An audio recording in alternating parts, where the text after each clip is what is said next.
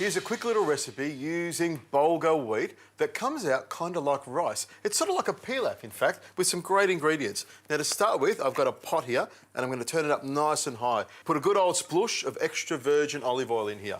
And then, of course, I'm going to get some garlic. A couple of cloves of garlic go straight in. Listen to that sizzle. I'm also going to throw in some chopped onions. Half a red onion, chopped up nice and fine. In it goes. You could use brown onions, white onions, whatever you want. I've got some red capsicum here that I've diced up nice and fine as well. You could use chilli, green capsicum, yellow, whatever you want. I've even made this with zucchini and bacon. Now what I'm going to do is just give that a little bit of a stir around like this and let it sweat down nice and gently. Of course, a pinch of salt and a nice big old twist of pepper to help bring out all those flavours. There we go.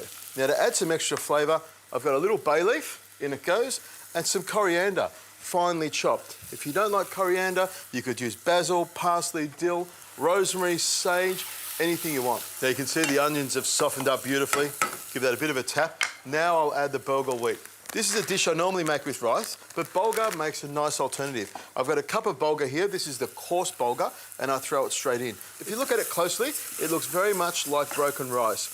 I just stir it around like this to coat the bulgur in the olive oil and get the flavour all around it. Now all I need to do is add 2 cups of chicken stock straight into the pot here like this, and it comes to the boil almost straight away.